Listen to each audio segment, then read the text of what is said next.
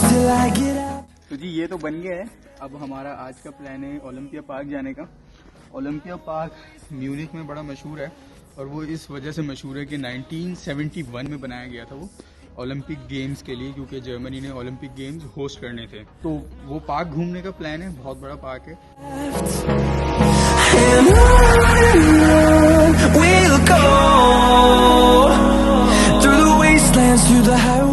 तो जी मौसम बड़ा ज़बरदस्त है क्योंकि -7 तो है लेकिन उस हिसाब से उतनी सर्दी नहीं है और सूरज आज निकला हुआ है। बर्फ़ तो चारों तरफ है लेकिन सूरज निकला हुआ है और हवा नहीं चल रही, क्योंकि सर्दी का ज़्यादा जो दारोमदार होता है वो हवा से होता है कि अगर -1 भी हो ना और बहुत तेज़ हवा चल रही हो तो आपको -11 इवन -21 की फील दे रही होती है। लेकिन अगर हवा नहीं चल रही -11 में भी इतनी सर्दी नहीं होती।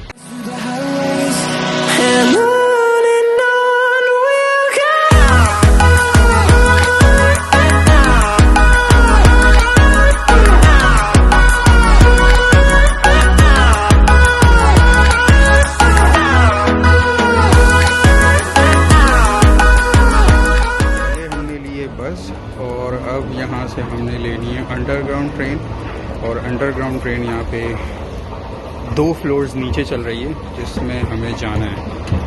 तो हमारे यहाँ ये है कि अगर आप ज़रा सा खोदें तो पानी उबलने लगता है, नाले निकल आते हैं। यहाँ पर इन्होंने 2 फ्लोर नीचे, मतलब 1 फ्लोर नीचे भी U-Bahn चलती है, मतलब अंडरग्राउंड ट्रेन, और फिर 2 फ्लोर नीचे भी अंडरग्राउंड ट्रेन चलती है। तो अभी हमें जो ट्रेन लेनी है वो 2 फ्लोर नीचे से लेनी है, लेकिन उससे पहले लेना है हमें टिकट। यहाँ पर टिकट मशीन जिस तरह लगी हुई होती हैं, तो चलें पहले हम देते हैं टिकट। हमें लेना है, let's make it in English. यहाँ पर आप लैंग्वेजेस चेंज कर सकते हैं। उसके बाद आपने वीकली या मंथली टिकट लेना है, तो मैंने वीकली टिकट लेना है। इसके अंदर मतलब ये 7 दिन के लिए वैलिड होता है और ये जोन आपने सेलेक्ट करना है। जोन सेलेक्ट करने के बाद अब आपने, यार ये तो बढ़ गए पैसे, पहले 18 यूरो का होता था ये। ओहो, ये 18 यूरो का होता था, महंगाई बढ़ गई। और अब के अंदर यहाँ से जी पेमेंट होगी, आपने कार्ड डालना है, आपने पिन देना है। यहाँ लिखा हुआ है वाटन, मतलब वेट करें, आपकी ट्रांजैक्शन प्रोसेस हो रही है। ये आ गया हमारा वीकली टिकट। ये जी अब फर्दर 1 फ्लोर डाउन, तो हम टोटल 2 फ्लोर अंडरग्राउंड आ चुके हैं और यहाँ से अब हमने लेनी है ट्रेन।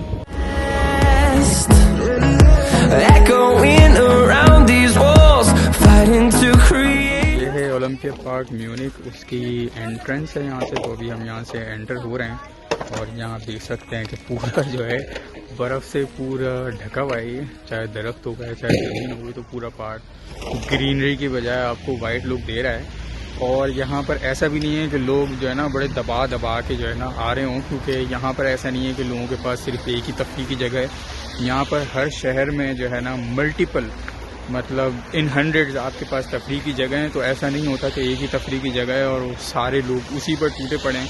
अभी मैं एक व्लॉग देख रहा था, एक मशहूर शख्सियत है पाकिस्तान की, मैं नाम नहीं लूँगा, वो साहब जा रहे थे जर्मनी से इटली और बाई रोड जा रहे थे, और अभी सर्दियों के मौसम में ना, तो वो साहब जाते हुए कह रहे हैं कि देखो यार यहाँ का फैमिली सिस्टम बिल्कुल तबाह है।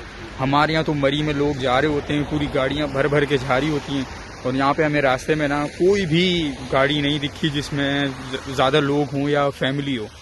तो बस मैं उनकी बात सुनकर हंस ही रहा था और यही कह रहा था कि हम लोग बस ज़बरदस्ती ना अपने आप को तसल्ली देने में लगे होते हैं कि किसी तरह हम अपने आप को तसल्ली दे लें कि यार नहीं, ये गोरे जो है ना यहाँ ये तबाह हो चुके हैं और हम बहुत अच्छे हैं। और मुझे हंसी आती है कि हम अभी भी इनकी सिर्फ वो ना जो मक्खी होती है वो सिर्फ गंद पर बैठती है, तो हम कोशिश करते हैं बस कोई ना कोई उनकी बुराई मिल जाए और हम उसको इतना तज़किरा करें कि बस हमें अपने आप को ना झूठी तसल्ली मिले हमारे दिल को, और हम अपने दिल को बोलें कि जी all is well.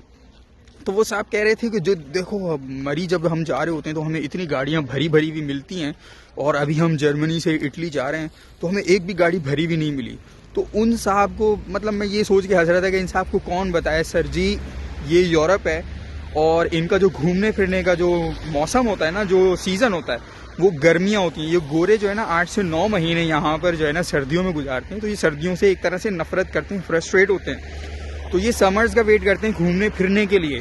Secondly Germany से जो इटली का बाय रोड सफ़र है वो आई थिंक 5 से 6 घंटे का सफ़र है, और जो बाय फ्लाइट सफ़र है ना वो 1.25 घंटे से 1.5 घंटे या 1.25 घंटे मैक्सिमम बाय फ्लाइट सफ़र है। और फ्लाइट की जो रेट है ना, प्राइस जो है फ्लाइट के, वो 25 से 30 यूरो पर बंदा है। इतनी सस्ती फ्लाइट है। और ये जो गोरा है ना, ये आज हमसे आगे इस वजह से क्योंकि ये टाइम को बहुत बहुत वैल्यू देता है, बहुत अहमियत देता है। तो ऑब्वियसली एक तरफ गाड़ी का सफ़र है जो 5 से 6 घंटे का सफ़र है, वो भी सर्दी के अंदर। दूसरी तरफ प्लेन का सफ़र है जो 1.5 से 1.25 घंटे का सफ़र है, और वो भी 25 यूरो के अंदर पर बंदा। तो ये लोग फिर प्लेन को तरजीह देते हैं।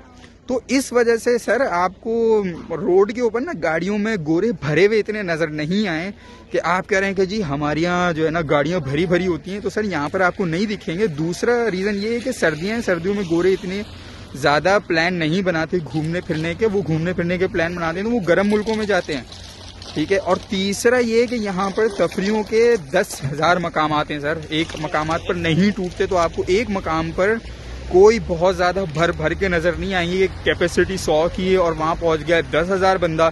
और जो अभी रिसेंटली पाकिस्तान में वाक़या हुआ था कि गाड़ियों में फिर बेचारों की अमवात वाक़ई हुई थी, तो सर यहाँ पर ऐसा नहीं होता। तो अगेन बहुत सारे फैक्टर्स हैं, उनको हम कंसीडर करे बगैर हम बस अपने आप को झूठी तसल्ली देने के लिए ना, मैं देख रहा था वो साहब कह रहे थे कि जो देखो हम जब मरी जाते हैं तो हमें इतनी भरी भरी गाड़ियाँ नज़र आती हैं, तो यहाँ पर तो अभी हमें एक भी नज़र नहीं आई। तो सर जी अगेन बहुत सारे फैक्टर हैं। नंबर 1, ये लोग सर्दियों में ज़्यादातर प्लान नहीं करते, ये लोग गर्मियों में प्लान करते हैं घूमने फिरने का। नंबर 2, जर्मनी से इटली जो है 5 से 6 घंटे का सफ़र है बाय रोड, तो वो 5 से 6 घंटे की ख्वारी नहीं लेंगे और ना अपना इतना टाइम ज़ाया करेंगे। वो 25 यूरो की फ़्लाइट ले लेंगे पर बंदा और 1.5 से 1.25 घंटों में इटली पहुँच जाएंगे। नंबर 3, यहाँ पर मुल्क को तो छोड़ दें, शहर में ही सैकड़ों तफरीह मकामात होते हैं। तो ऐसा नहीं है कि एक ही जगह पर आपको सारे बंदे मिलेंगे, वो सैकड़ों जगह में डिवाइड हो जाते हैं। उसके बाद यहाँ पर यूरोप में जब आप आते हो तो आपके पास 26 मुल्क होते हैं।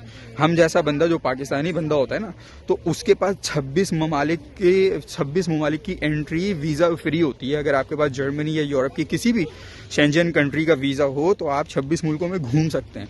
और ये तो यहाँ के रेजिडेंट्स होते हैं, इनके पास तो और बड़े सारे ममालिक होते हैं जो वीज़ा फ्री होते हैं। तो सर इनके पास सिर्फ एक इटली नहीं रह गया कि 5-6 घंटे इटली जो है ना बसें भर भर के जाएंगे कि जी ये साहब आ रहे हैं तो इनको हम दिखाएं और इनको हम तसल्ली दें कि हमारा फैमिली सिस्टम बिल्कुल सही है। और इस चीज़ से वो फैमिली सिस्टम जज कर रहे हैं। बाकी सारे जो है ना उन्होंने फैक्टर्स एक्सक्लूड कर दिए और उन्होंने अपने व्लॉग में बताया कि देखो जी इनका, और फिर इससे एट द एंड उन्होंने कंक्लूजन निकाला, देखें इनका फैमिली सिस्टम तबाह है। सर इनका फैमिली सिस्टम तबाह नहीं है, इनकी गवर्नमेंट ने इनको इतने सारे तफरीह मकामात दे दिए हैं कि ये एक जगह पर 100 की कैपेसिटी होने की,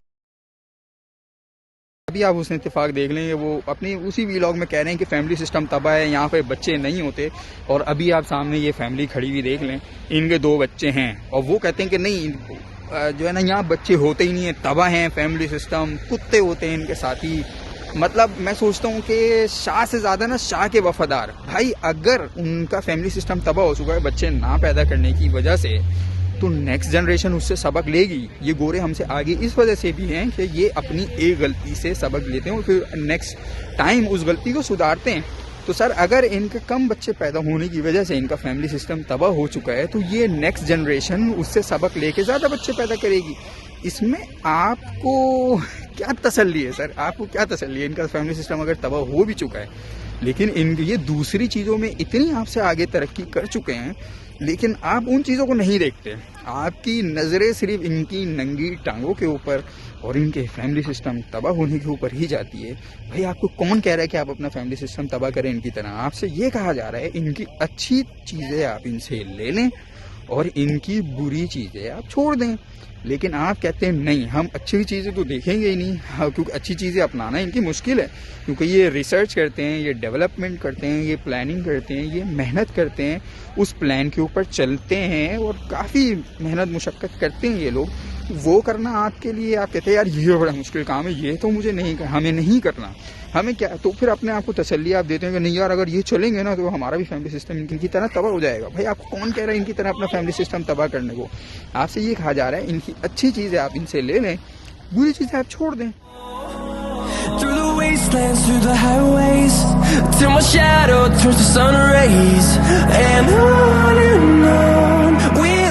तो जी ये हम आ गए हैं हाइट के ऊपर अब ये इन्होंने क्या सिस्टम किया है, क्योंकि यहाँ बर्फ़ है तो यहाँ बच्चों के साथ फैमिलीज आई हुई हैं और ये बर्फ़ की गाड़ियाँ हैं, इनको मुझे एग्जैक्टली नहीं पता क्या कहा जाता है। तो इनमें बच्चों को बिठाकर ऊपर से ये स्लाइड्स दे रहे हैं। अब ये इस तरह बच्चों को और गाड़ी को फिर दोबारा पेरेंट्स ऊपर लाते हैं, फिर बच्चों को इस पर बिठाएंगे यहाँ से और फिर यहाँ से उनको स्लाइड देंगे।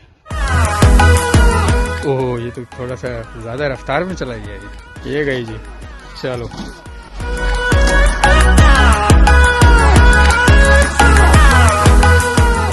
ये गए दोनों।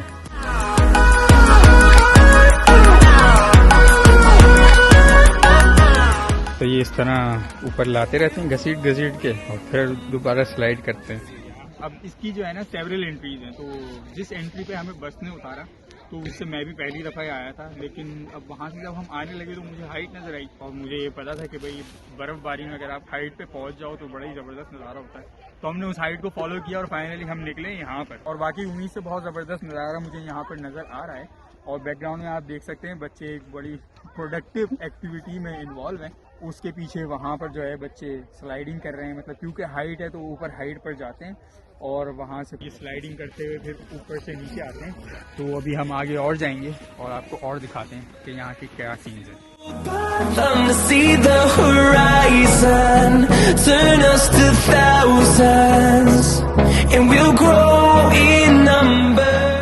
अब यहाँ पर ये दुकानें पड़ी हुई हैं, जिस तरह हमारे यहाँ पाकिस्तान में चाय का रिवाज है ना, और फिर चाय की डिफरेंट वेरिएशन होती हैं कि कावा हो गया, कश्मीरी कावा हो गया, दूध वाली चाय हो गई और तरह तरह की चाय होती है।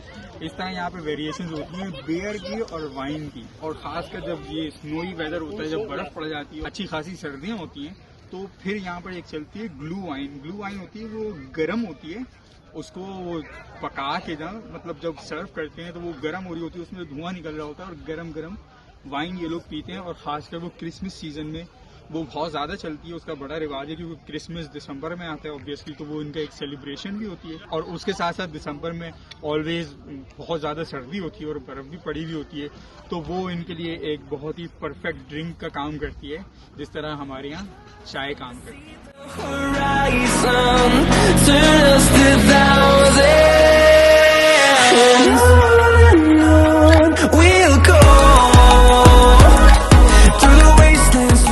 डिसाइड ये हुआ है, सुबह तो मैंने कहा था कि सर्दी बहुत ज़्यादा नहीं है, लेकिन सर्दी इतनी कम भी नहीं है कि हम बिल्कुल कैजुअल तरीके से यहाँ घूमें फिरें और कुछ भी नहीं होगा। और वो कहावत आपने सुनी है ना, मर्द को दर्द नहीं होता लेकिन मर्द को सर्द ज़रूर होता है। तो यहाँ पर 1 घंटा हो गया तकरीबन मुझे इस बर्फ़ में घूमते हुए, और बर्फ़ इतनी ज़्यादा है कि क्योंकि कल पूरा दिन बर्फ़ यहाँ पे पड़ी थी, और क्योंकि हम हाइट पर भी हैं तो यहाँ पर बर्फ़ ज़्यादा पड़ी है, तो बर्फ़ इतनी ज़्यादा है कि पैर जो है वो पूरे धंस रहे हैं। तो जब पैर आपके पूरे धंस रहे हैं और 1 घंटा हो चुका है तो ऑब्वियसली आपके जूतों में से ठंड अंदर जाती है, और मेरी जो टोज़ है ना वो अच्छी खासी पेन करने लगी हैं। और होता ये है कि फिर आपके जूतों पर भी बर्फ़ जमने लगती है। तो ये मेरे जूते आप देख रहे हैं, जब इतनी देर तक ये बर्फ़ में रहेंगे तो पूरा पैर नहीं, लेकिन आपके जो अंगूठे और उंगलियां होती हैं ना, वो बहुत हद तक दर्द करने लग जाती हैं। वही अभी मेरे साथ हुआ है। तो हमें यहाँ पर बेंचेस हमें लगी हुई दिखी, तो हमने सोचा कि यहाँ पर बैठ जाया जाए ताकि थोड़ी देर हम अपने पैरों को सुकून दे सकें। तो जी सर्दी यहाँ बढ़ती जा रही है, पहले हमारे ग्लव्स निकले, उसके बाद हमारे टोपा निकला है, तो सर्दी अच्छी खासी यहाँ हो गई है। और यहाँ रुके इस वजह से ये दिखाने के लिए कि बेसिकली जो मेरे पीछे बैकग्राउंड में आप देख रहे हैं, ये है एक्चुअली म्यूनिख का ओलंपिया पार्क।